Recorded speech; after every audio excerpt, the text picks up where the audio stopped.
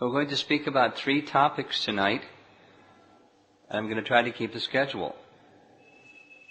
One is Bhagavad Gita, another is Damodar Leela, and another is chanting of the holy name. Are you ready?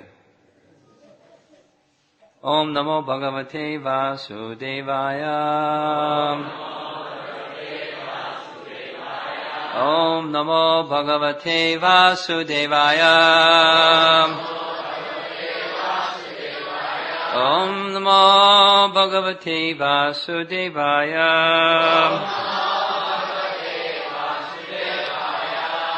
Reading a verse from Bhagavad Gita, chapter 8, text number 8.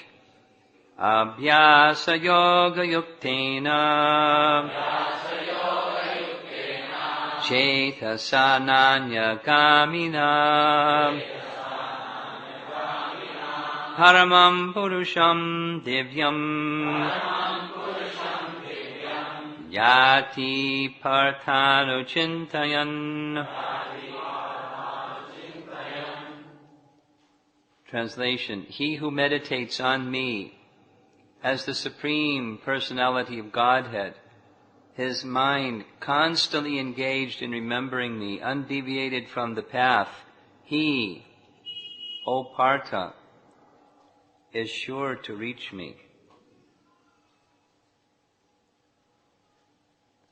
Nice verse from Attaining the Supreme. This is how to attain the Supreme. Chapter 8 of Bhagavad Gita is teaching, in that chapter, Krishna is teaching how to attain the Supreme. And he gives different scenarios where one doesn't attain the Supreme. You know, when the process of yoga isn't completed, the destination of the yogi who doesn't complete the process. And he gives different options, because there are different options. He may go to the heavenly planets, enjoy for a long time, come back, or he may take birth in a Suchinam Srimatam Gehe Yoga Brashtam Pajayate and complete his practice of yoga. But this verse is describing how one goes back to Godhead, attains the Supreme. So, we're all making a similar endeavor. At least we should be making a similar endeavor, because the purpose of devotional service is not just to neutralize the pain and become enjoyers in this temporary place. That's not the program. Krishna says in the very early stages of Bhagavad Gita that many people think that. Many people think the purpose of religion is twofold. Enjoy piously in this life, and after this life, get an upgrade. Go to the heavenly planets and enjoy even with greater prosperity. And there's nothing more than this.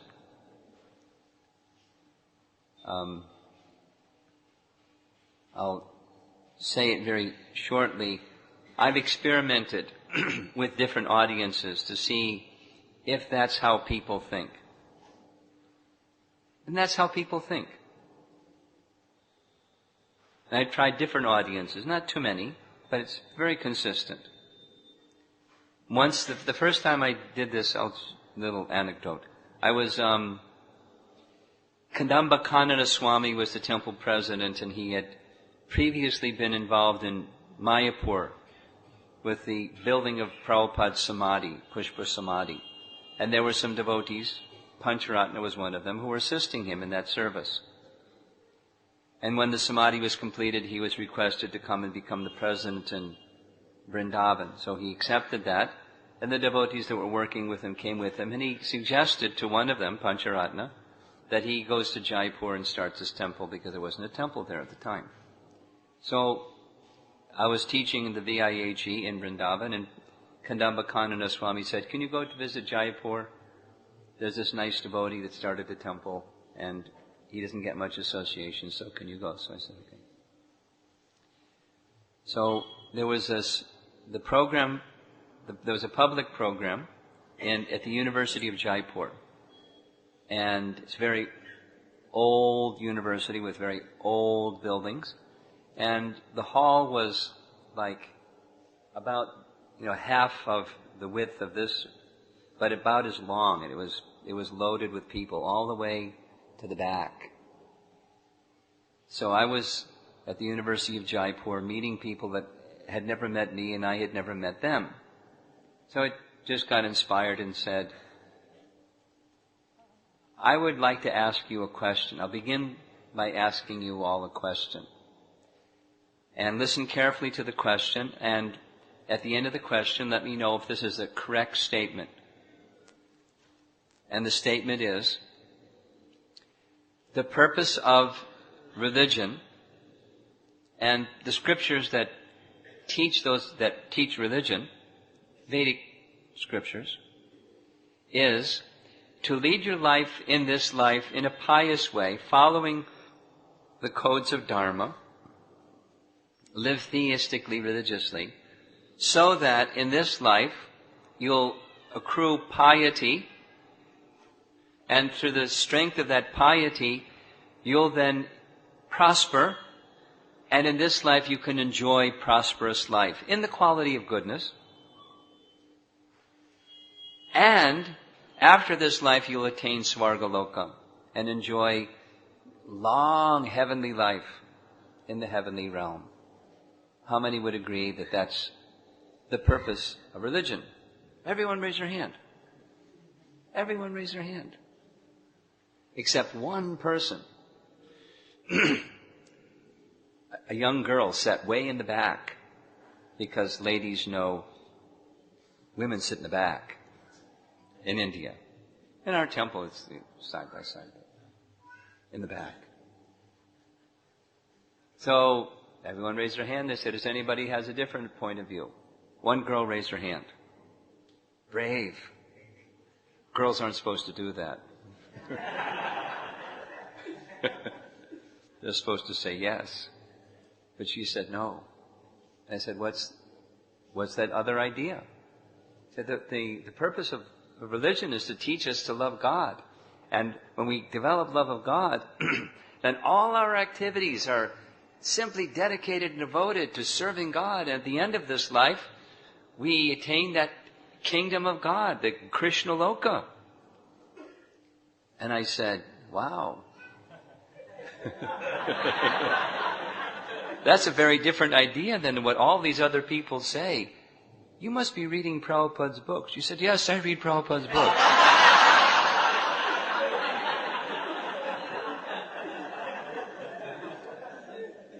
But it's right in Bhagavad Gita. It's even Krishna says, not just Prabhupada's purports. Krishna says it. That most people think it's that Veda Vada Rata verse from the 2nd chapter. That most people think that's the purpose of the Vedas, is what I just described. But Krishna says to reject that right in the 2nd chapter. And one should aspire for that position that's eternal and unchanging, not the, like this morning's class, not the asat, but sat. One should aspire for sat and reject or not invest value in asat or whatever configuration of asat, but one should invest in sat.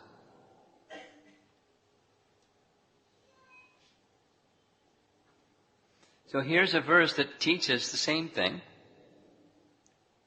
He who meditates on me as the Supreme Personality of Godhead, his mind constantly engaged in remembering me, undeviated from the path, Chetasananya Gamina, will attain me.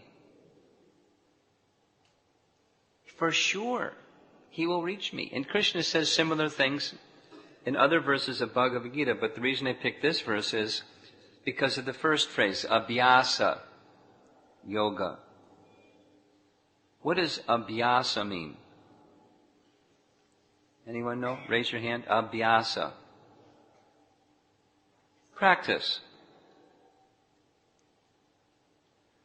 Okay. So, attaining includes practice. Just like, to come to this hall, even to have the hall. Remember what this place was before?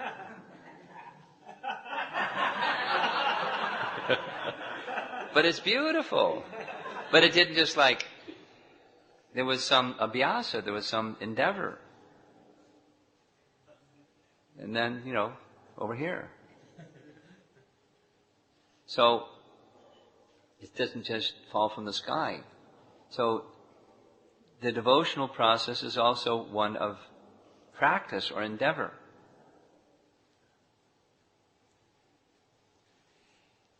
So now, chanting. What are we supposed to do when we're chanting? Because that's our primary means of deliverance, isn't it? The Yuga Dharma. In this age of Kali. Hare Nama. You know the verse? Hare Nama, Hare Nama, Hare Nama eva kevalam. Very good. What does it mean?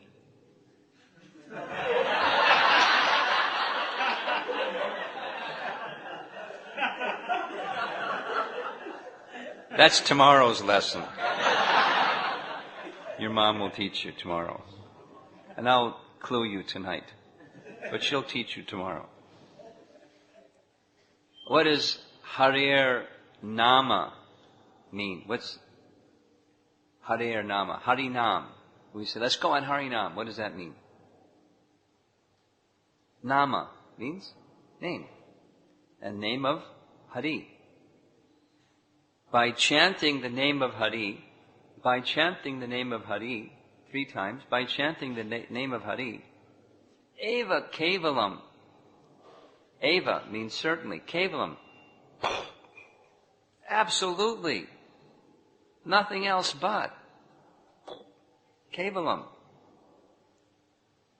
Kalo, in the age of Kali, na asti eva. There is no other alternative. There is no other alternative. There is no other alternative. Gatir. Gati means goal or destination.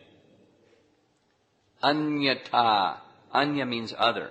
There isn't any other. Chanting of the holy name. So that's our means of deliverance. But, we could take a fast survey right now. How many devotees here in this room, by raise of hands, can say that when they're chanting Krishna's holy name, their mind is completely absorbed in the holy name?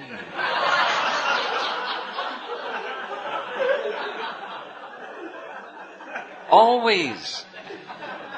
Without deviation. That's what the verse says. Constantly engaged in remembering me. Undeviated. Always. We're not there. But that's our means of deliverance, and there isn't something else. So, what to do? What to do? A little anecdote. I've been participating and even more recently leading or conducting japa retreats in America. And one of the second japa retreat I attended was japa retreat for leaders. And not many devotees wanted to come because they were humble and they said, I'm not a leader, I'm not. But the purpose was to give the opportunity for those who have been practicing Krishna consciousness and giving the association to many newer devotees to get the association of other senior devotees who are doing that service. We could associate together and huddle around this one activity that's so important, the chanting of the holy name, and how to improve in our chanting. So it was really nice. Really nice. It was such a nice experience. And one of the devotees that attended was Rabindra Sarup Prabhu, who's, a PhD in philosophy when he was young, and very, very capable, brilliant person. He's one of our, if not the best writer in ISKCON. Really, really solid. So his contribution to our japa retreat was on this word abhyasa. Just, spent 2 hours very brilliantly describing the importance of endeavoring, practicing, taking Prabhupada's phrase, practice makes perfect. You've heard that one. Practice makes perfect. And then another one is, by practice, something becomes second nature. You heard that one before? We have our nature. Just as we read this morning in the Bhagavatam. Our nature is impelled by the modes. So somebody's nature may be that they're very gentle. Someone else's nature may be that they're easily angered. Somebody else's nature may be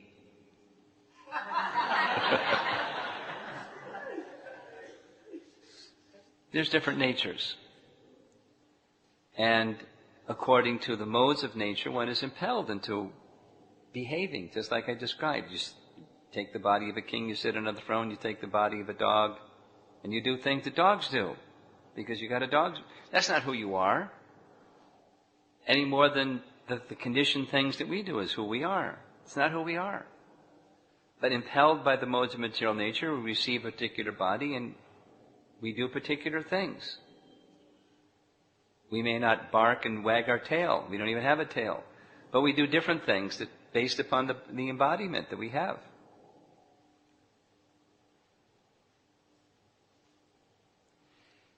How do you change that nature? Because we're impelled.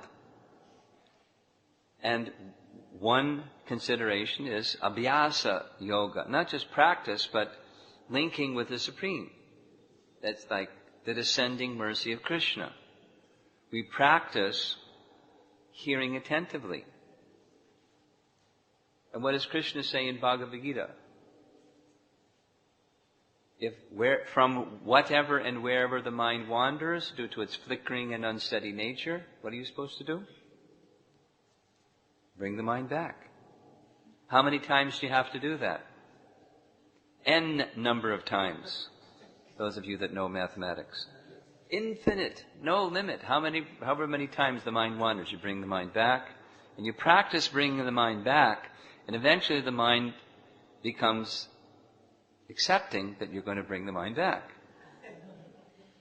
He still wants to go, but you bring the mind back. And that becomes second nature. That second nature replaces the other one. The modes of nature, where the mind is all over the place.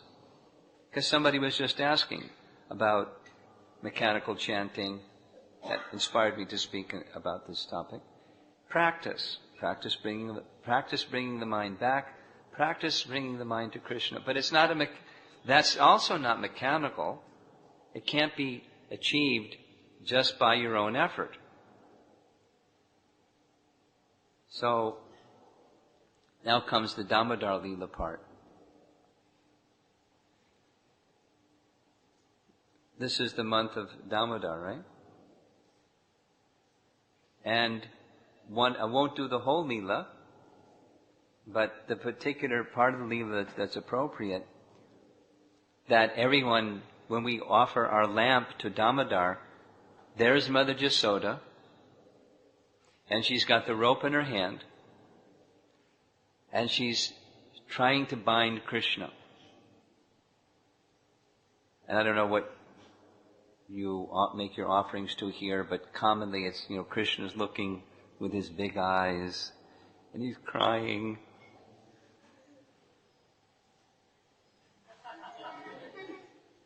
And Mother Jasoda can't bind Krishna.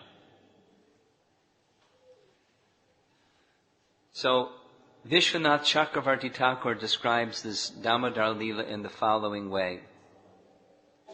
Who can bind Krishna? He's the Supreme Personality of Godhead. Krishna didn't want to be bound by Mother Jasoda. He wanted to go back to the storeroom and steal more butter. Eat more butter and feed the monkeys. That's what Krishna wanted to do. And who's this Mother Jasoda person anyways? He's the Supreme Personality of Godhead. So Krishna exhibited two of his unlimited potencies, Parasya Shaktir Vivadaiva Shruyate Swabhaviki Jnana Bala Kriyacha. Krishna has unlimited potencies in these Jnana Bala Kriya categories. Unlimited. Not only in limited number, but unlimited in strength. Krishna can't be dominated by anyone. He's the source of anyone and everyone and everything. So, he exhibited these two potencies, according to Vishwanath Chakravarti Thakur. His Vibhuti Shakti. Oh, Bhagavad Gita scholars, what does Vibhuti mean? Opulence. Chapter 10 of Bhagavad Gita. In English, it's opulences of the Absolute. In Sanskrit, it's Vibhuti Yoga. Vibhuti means opulences. So Krishna, at the end of chapter 10 Bhagavad Gita, he's responding to Arjuna's question, where Arjuna says, please describe ways in which I can always remember you. So it's very practical. We're in contact with the material energy. And how do we remember Krishna when we're in contact with the material energy? Generally, we get bewildered. Because we're busy trying to be the enjoyers of the material energy. We're little imitation Purushas, when in fact we're servants of Krishna. So, vibhutis are very prominent excellences amongst the varieties of the material energy. But those vibhutis are just reflections of Krishna's own opulence. Because Krishna is Bhagavan. He possesses bhagas. That's what Bhagavan means. Van means one who possesses. Like Acharyavan, Purusho, Veda. One who has a spiritual master has access to all the Vedas. Becomes the master of the Vedas by taking shelter of a spiritual master. Van, one who possesses. So Krishna is Bhagavan because he possesses bhagas. And bhagas are his great opulences. Parashara Muni has identified in Vishnu Puran.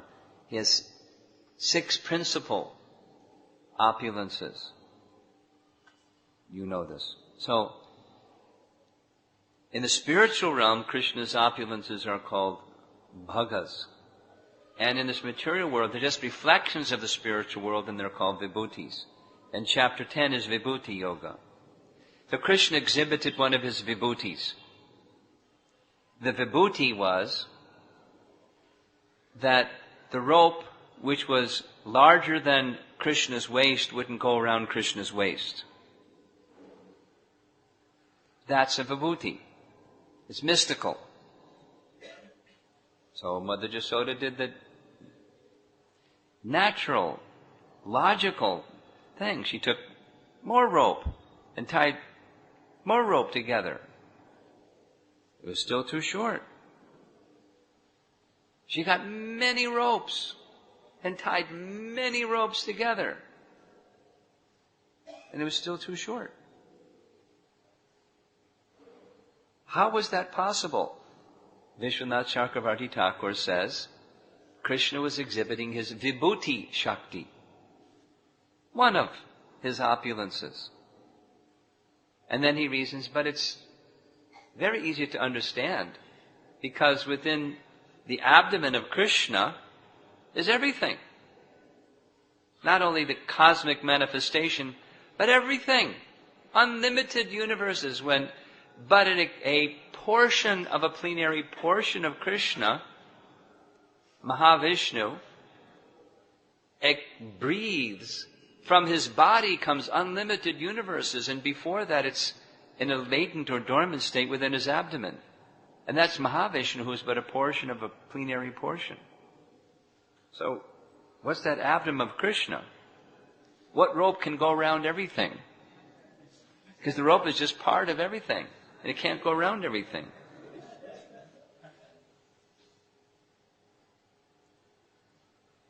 And the second potency that Krishna exhibited was Satya Sankalpa Shakti. So we all know what Shakti is. Sankalpa means intention. Just like when we have our japa retreats, we have a Sankalpa ceremony. We write a Sankalpa, and at the end we have a Sankalpa ceremony. And it's the same in principle as when there's some karma kanda yajna, there's some sankalpa. I want money. So then there's a particular yajna for that. Or I want a beautiful wife, or I want to pass my exam, or I want to something. Whatever that something is, it's the intention of the yajna, that's the sankalpa. So now let's go back to devotional service. And our sankalpa is to pleasingly serve Krishna. But when you're Krishna, what's your sankalpa? He wanted to go to the storeroom and steal more butter and feed it to the monkeys. And so Satya, his sankalpa became Satya. It became fact and truth. And nothing could stop Krishna's Satya Sankalpa Shakti and his Vibhuti Shakti. Even your mother Jasoda. What to speak of the devotee that's trying to chant of attentive japa? A sadhaka. This is Mother Jasoda. She couldn't bind Krishna. So what did she do? The other elder gopis, they had been sent by Mother Jasoda. Bring all the ropes from your storeroom. I want to bind Krishna. And the other gopis said, Mother Jasoda, they were laughing at her. Don't you understand? It's just not meant to happen. Don't you remember this morning you tied that little string around Krishna's waist and a little bell, and it went around his waist very easily. Now you have all this rope. It's not going around his waist. Just accept it. It's not meant to happen. No. I'm his mother. It's my duty bound. I have to discipline my son. It's my duty.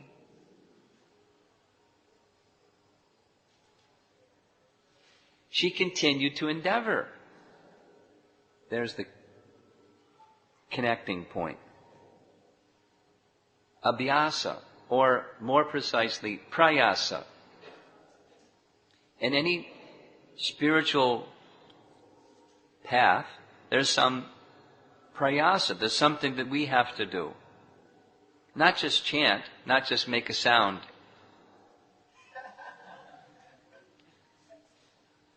But chant with attention. And when we're trying to chant with attention, it's not happening. That rope isn't going around Krishna. No matter how much effort we make, it's not happening. So what do? You continue to make that sincere devotional effort.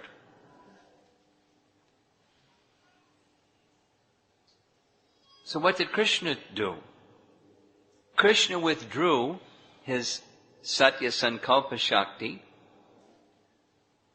and he withdrew his Vibhuti Shakti, and he exhibited his Kripa Shakti. He exhibited his mercy. Vishwanath Chakravarti Thakur drills down just a little bit more and says that this prayasa of Mother Jasoda has two parts. Her bhakti, nishtha. You've heard this word, nishtha? What does it mean? Steady, fixed. Nishtha. And the stage before nishtha is anishtata, unsteady. That's what we're doing. Like somebody was describing. Sometimes I'm really, and other times, sometimes unsteady. But it's what comes before being steady. It's okay. Become steady. But to become steady, there is something that has to happen. You continue to endeavor. With faith. You strive. With faith. You continue to bring the mind back. Because there's an instruction from Krishna to do so. Here's a nice lesson. Within the instructions that Krishna gives, there is the potency to fulfill his instructions. Isn't that nice? I'll say it again. Just as with whatever instructions the spiritual master gives, Prabhupada taught this. Whatever Krishna or the spiritual master give as an instruction, within the instruction is all that you need to fulfill the instruction. Isn't that nice? One who has faith can realize that, and one that doesn't have faith doesn't realize that. But it's a fact. Within the instruction is the potency to carry out in all respects the instruction, including this one. Fix the mind upon Krishna. Oh. How about another one? Something that's easier. But we don't need something easier. It's like, there's a pile of rocks over here. Can you please move the pile of rocks over here to over there? Oh, that's a very difficult task. I think I'm going to have to take some prasadam. A lot of prasadam, it's a lot of rocks. Okay, now I've had nice prasadam. I need a little rest. You wake up, I didn't chant my rounds yet. I have to chant my rounds first. And you can find so many other things to do, but the pile of rocks is still there, and the instruction is to take them over there. So however much we may delay the needful still remains. We have to bring the mind to Krishna. And it may, however many times it takes to take this rock and one by one take the pile of rocks from one place to the other. It remains as an instruction that Krishna has given to bring our mind to Him from wherever it may wander. And one who endeavors prayasa or practices abhyasa, that carrying out that instruction with sincerity and consistently, the ability to do so is within the instruction. So Krishna saw the sincere endeavor of Mother Jasoda. And it wasn't just like, I'm going to get... It was in devotion. It was bhakti, nishtha. Nishtha means steady. Bhakti, nishtha, steady devotion. She was unswerving in her love for Krishna despite the obstacle that the rope wouldn't go around Krishna. And sva nishtha is the other term that Vishwanath Chakravarti Thakur presents. It's very similar, but she was not depending on something external. She was doing things, more rope and so forth, but it was a determination, a strong Prabhupada sometimes translates nishtha as like strong determination.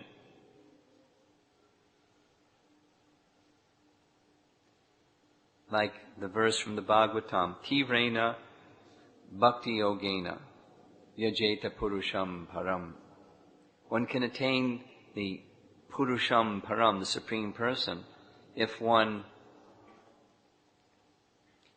engages in devotional service with great determination. So, Mother Yasoda exhibited that. And, my dear devotees, Krishna is also examining our determination. Do you really want me? Are you sure? How about a little distraction?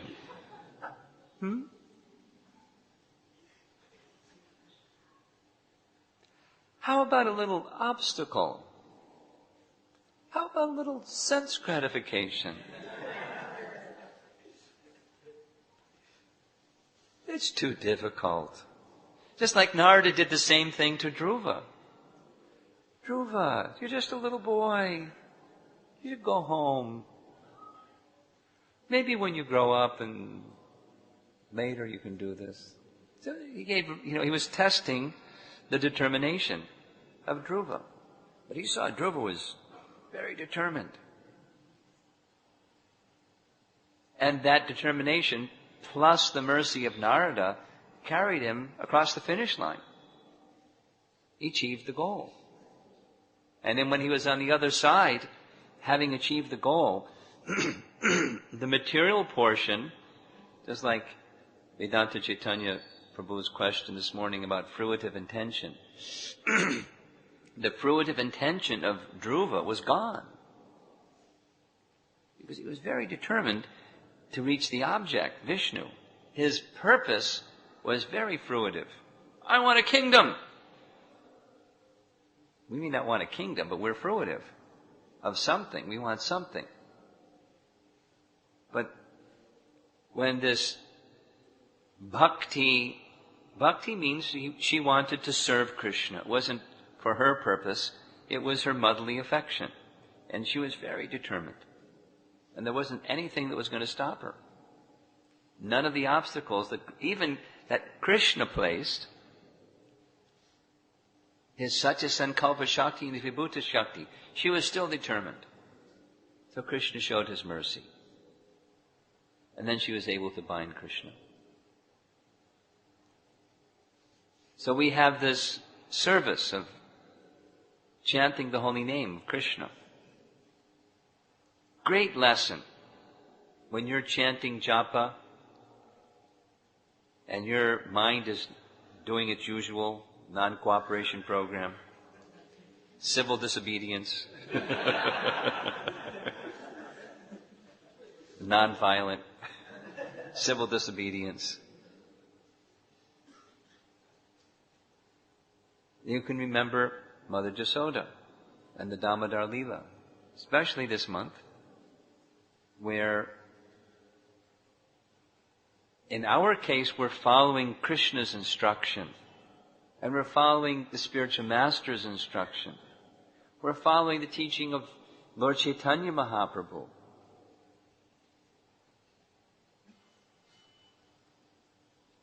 And the mind is not cooperating. So continue with devotion under the order of Guru and Krishna.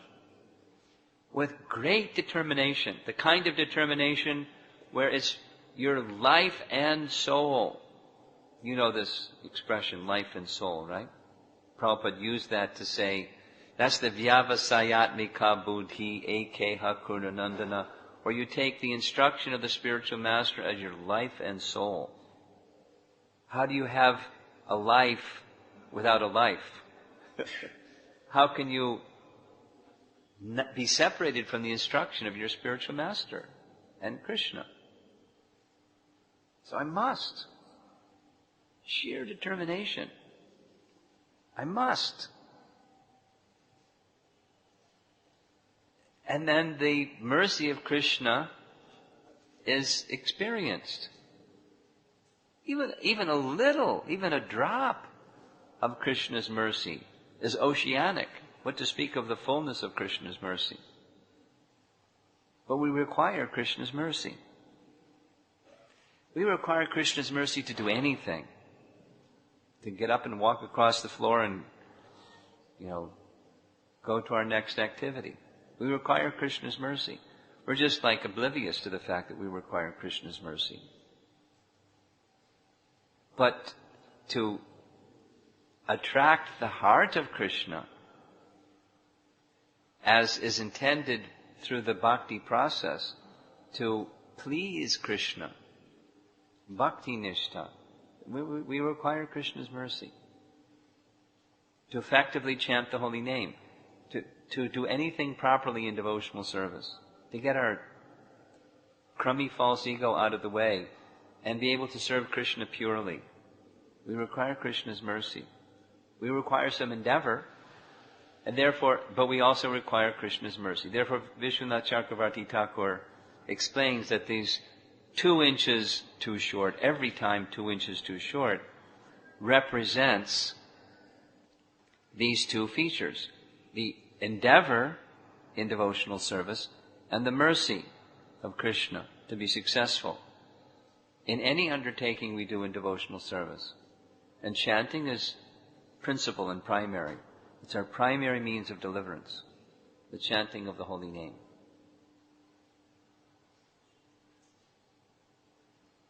So make this connection during this month of Damodar when you're every day of the month making your offering to Lord Damodar. And I want to end so we'll be able to participate this evening.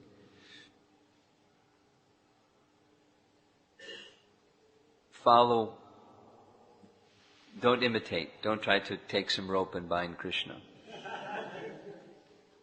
But take your heart to Krishna and offer your heart to Krishna that I need your mercy to be successful.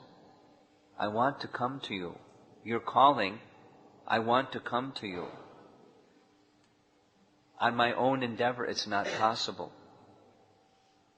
Let me make the sincere, utmost effort that I can, and let that capacity increase and increase, but I require your mercy.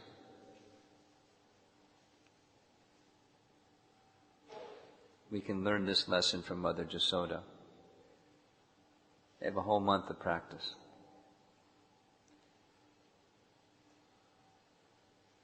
Okay, any questions or comments? Yes. Maharaj, both in my own and dealing with some others, I am repeatedly observing that to bring back the mind to the instructions itself takes a lot of effort. And even after somewhat achieving that, how do we cultivate the desire intense desire to fulfill that? I have to do it, or I have to fulfill these instructions. What are the factors which arouse the deep sense of intensity to this? Something's wrong with that microphone. I think I got it. What are the factors that are involved in awakening the desire to very sincerely try to achieve the result, the goal?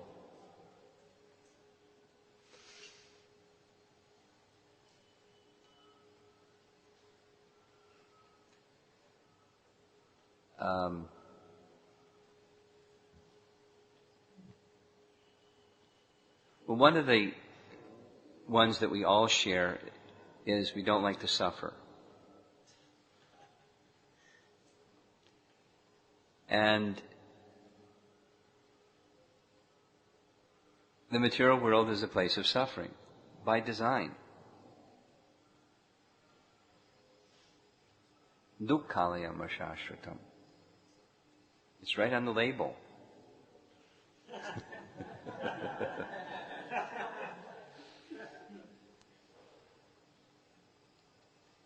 So that's a starting point. I don't want to suffer. But then what happens is we engage in devotional service and suffering is mitigated. So we feel, hey, I'm comfortable. I can relax now. A little complacency. I've worked hard. Remember this morning? A little bit of Maya. You don't have to call Maya. She's immediately there.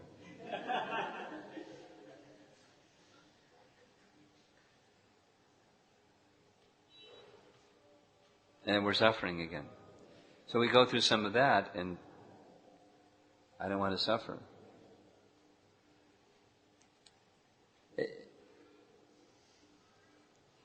It requires, it requires being a little tuned into what is the real desire of the heart, because the conditioned tendency is, I don't mind a little mix. That's life. You take the bad with the good, and we don't. That's not what we want. We want happiness that's unbroken, and we want to love and be loved, and that's not what this material world is. Not that such a place. So it takes some sincerity of purpose. So it starts with, we don't like to suffer, but some sincerity of purpose. And Krishna will send the proper association that will carry us to that, the other place, to the spiritual destination. But then there has to be some willingness to receive that association. And it's true for all of us. At some point we weren't practicing devotional service, and now we're practicing devotional service. So there's a beginning. Vishwanath Chakravarti Thakur describes it as receiving the mercy of someone who is carrying bhakti, and they share that bhakti by their compassion or mercy. Then there has to be some willingness to receive it, because we could say no and continue saying no. So that's like the key right there, is receiving mercy and having the opportunity, having a sincere desire, and then receiving mercy, or having mercy sent and then receiving it. Sincerity. Krishna recognizing that sincerity, Krishna sending some mercy and our receiving it. And repeat it.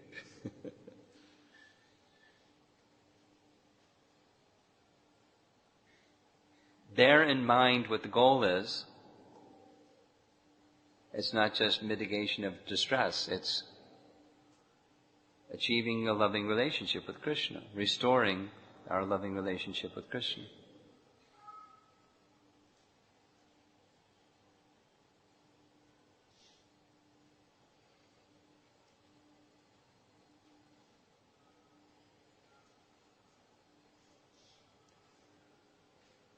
Just thinking about your son running around in the back there. You guys used to be like that too,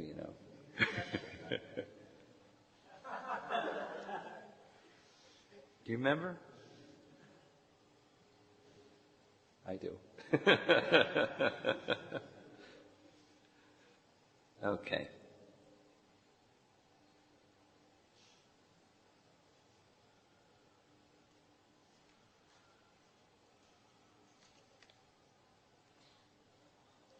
In devotional service we say that everything is mercy of Krishna.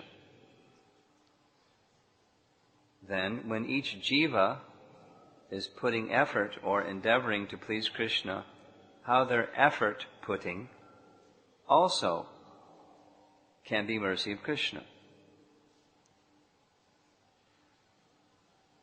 Well, on a fundamental level, our existence is dependent upon Krishna.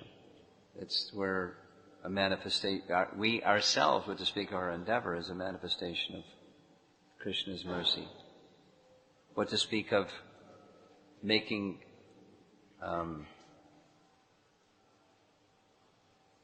proper use of our free will and endeavoring to please Krishna instead of something else. It says, that's Krishna's mercy.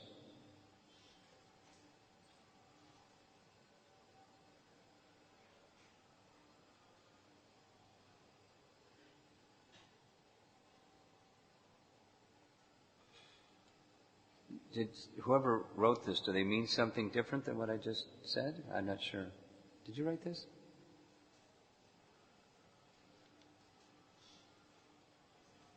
If our existence is a manifestation of Krishna's mercy, however we exercise our existence is a subset of that.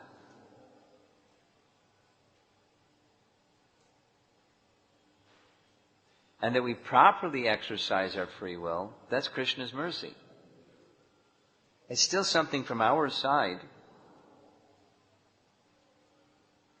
Still something from our side, but our existence is dependent upon Krishna's mercy.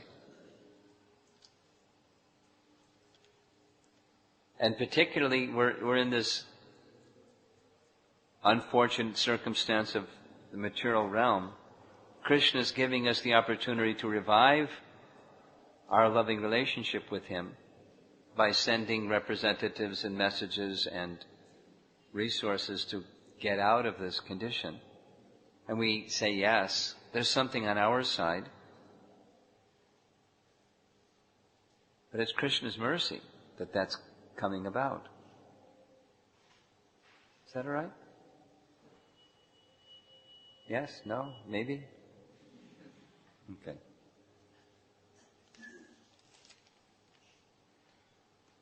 Sometimes it is said, while chanting, be grateful. Sometimes it is said, while chanting, hear the mantra.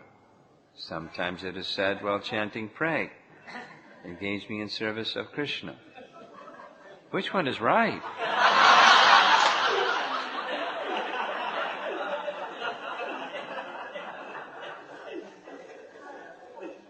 And easy. Well, they're all right and they're all easy.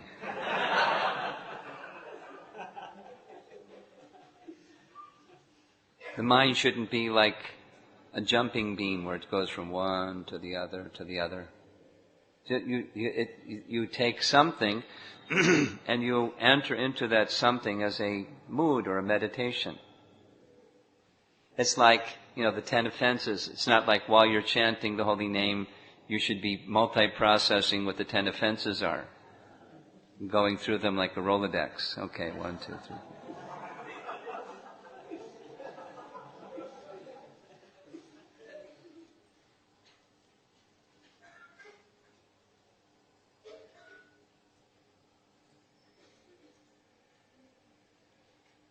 There's a mood.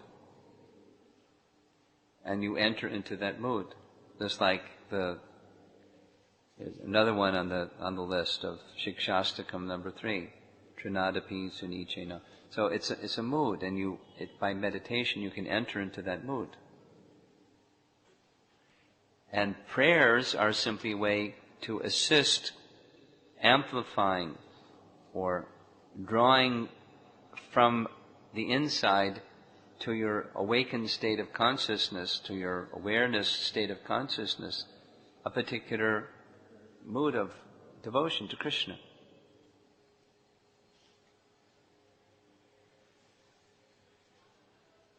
Not exactly a tool, it's a an expression, a connection, a linking with Krishna. So any one of them. And what seems to work best for you, that's the one to work with.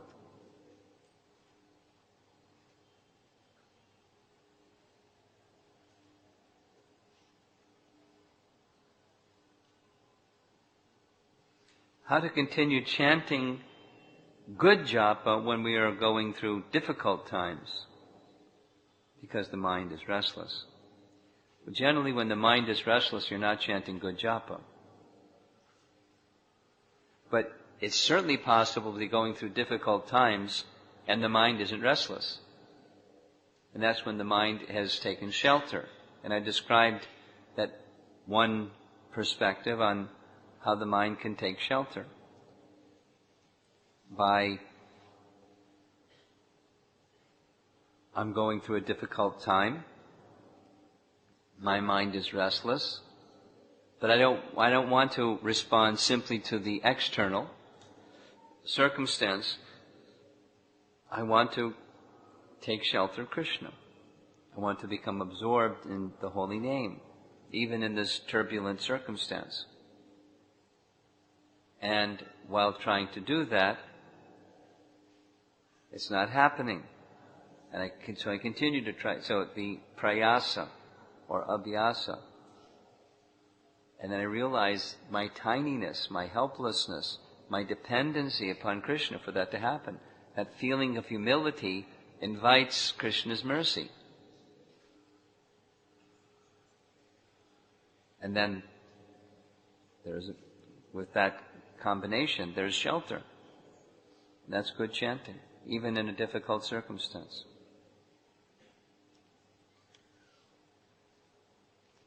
In the morning class, I stated different bodies possess different nature. Is determination also part of that nature? Lakshmikant. Could you explain your question a little better? Yeah? Can you explain it? Is determination part of that nature? There's the gross body. It's those in mode of goodness and mode of ignorance. In mode of goodness, more determination is there to... Yeah, with mode of goodness, one can easily undergo austerities or difficult circumstances. And it's fine in the mode of goodness. But in the mode of passion, in the mode of ignorance, there's different kinds of determination. But the modes of nature are competing, so determination will also undergo some fluctuation according to the modes of nature. Chant. In our endeavor to chant. Even with chanting, sure. You ever experience chanting and you get tired, drowsy? Never experienced it, right? I do drowse, Maharaj. I do drowse. Okay. That's not the mode of goodness, not the mode of passion. But it's not that always that mode is there. There's different kinds of determination, even in chanting.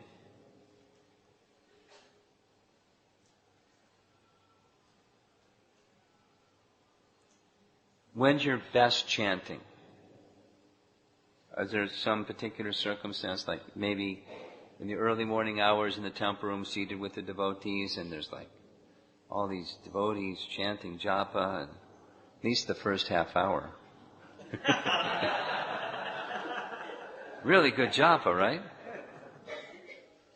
And then something starts to happen.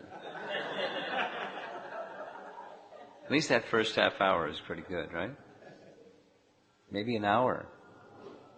There's a few people still left after an hour and a half.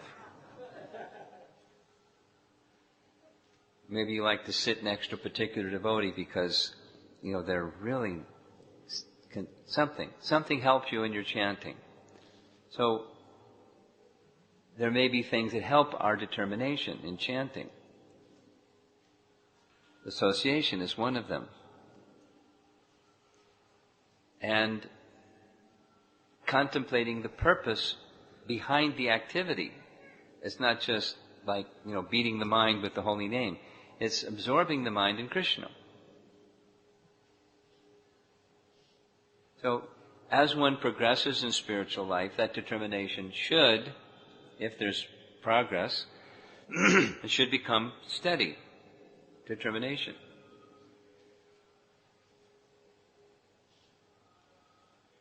And that means the lower modes of nature, their influence has subsided to some degree. So, to answer your question, yeah, there's different influences of the modes of nature upon determination, as well as other forms of behavior. Srila Prabhupada ki, Shri Radha Damodar ki jai, Gaur Premanandi Hari Bol.